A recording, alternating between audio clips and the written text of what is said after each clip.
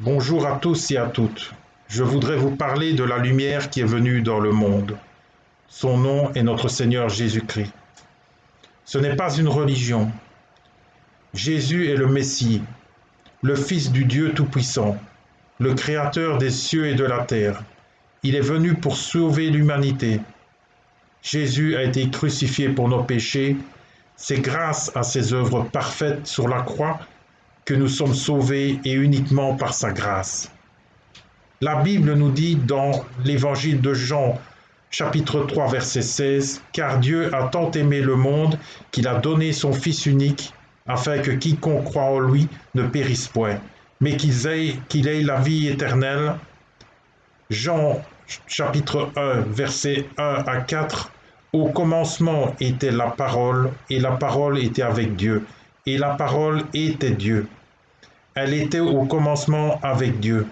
Toutes choses ont été faites par elle, et rien de ce qui a été fait n'a été fait sans elle. Elle était la vie, et la vie était la lumière des hommes. » Jean chapitre 8, verset 12 nous dit, « Jésus leur parla de nouveau, et dit, « Je suis la lumière du monde. Celui qui me suit ne marchera pas dans les ténèbres, mais il aura la lumière de la vie. » Jean chapitre 12, versets 35 et 36, Jésus leur dit, « La lumière est encore pour un peu de temps au milieu de vous. Marchez pendant que vous avez la lumière, afin que les ténèbres ne vous surprennent point. Celui qui marche dans les ténèbres ne sait pas où il va.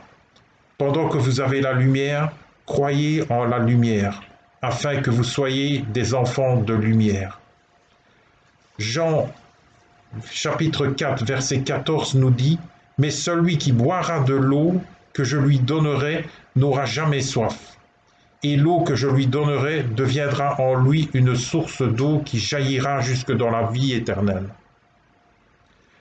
L'épître de Paul aux Romains, chapitre 5, verset 12 à 21 nous dit, « C'est pourquoi par un seul homme le péché est entré dans le monde, et par le péché la mort, et qu'ainsi la mort s'est étendue sur tous les hommes, parce que tous ont péché.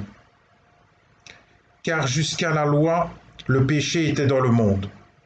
Or, le péché n'est pas imputé quand il n'y a point de loi.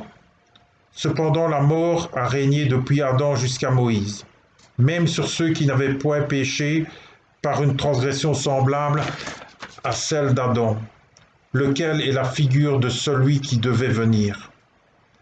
Mais il n'en est pas du don gratuit comme de l'offense. Car si par l'offense d'un seul il en est beaucoup qui sont morts, à plus forte raison la grâce de Dieu et le don de la grâce venant d'un seul homme, Jésus-Christ, ont-ils été abondamment répandus sur beaucoup.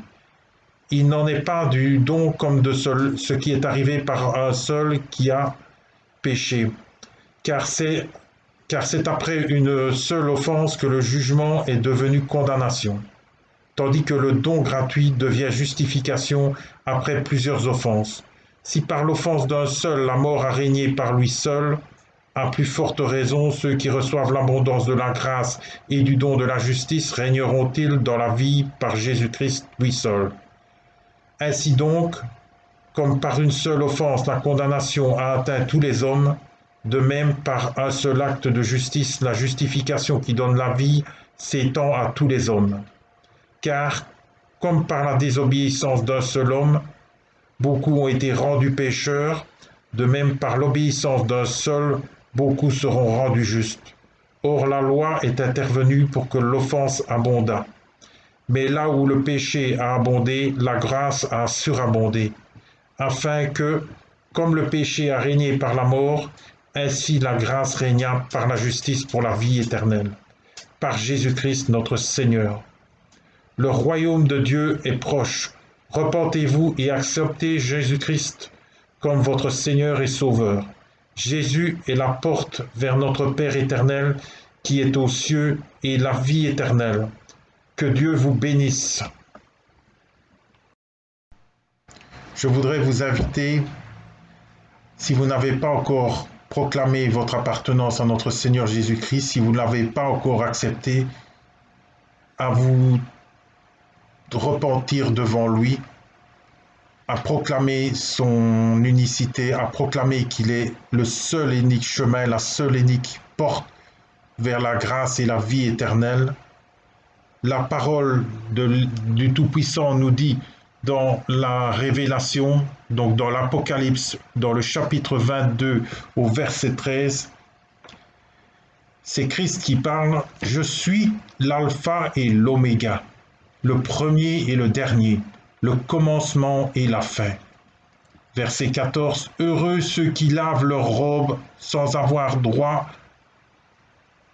à l'arbre de vie, afin d'avoir droit à l'arbre de vie et d'entrer par les portes dans la ville. » La ville, c'est le royaume des cieux, c'est le royaume de notre Seigneur et notre Sauveur, c'est le royaume du Père éternel, le seul royaume où tous devraient se retrouver.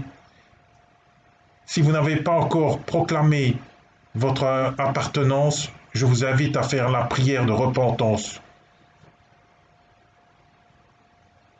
De cette manière, notre Père qui es aux cieux, je reconnais que je suis un pécheur et je te demande pardon pour toutes les fautes, toutes les iniquités que j'ai pu commettre ou qui sont sur moi.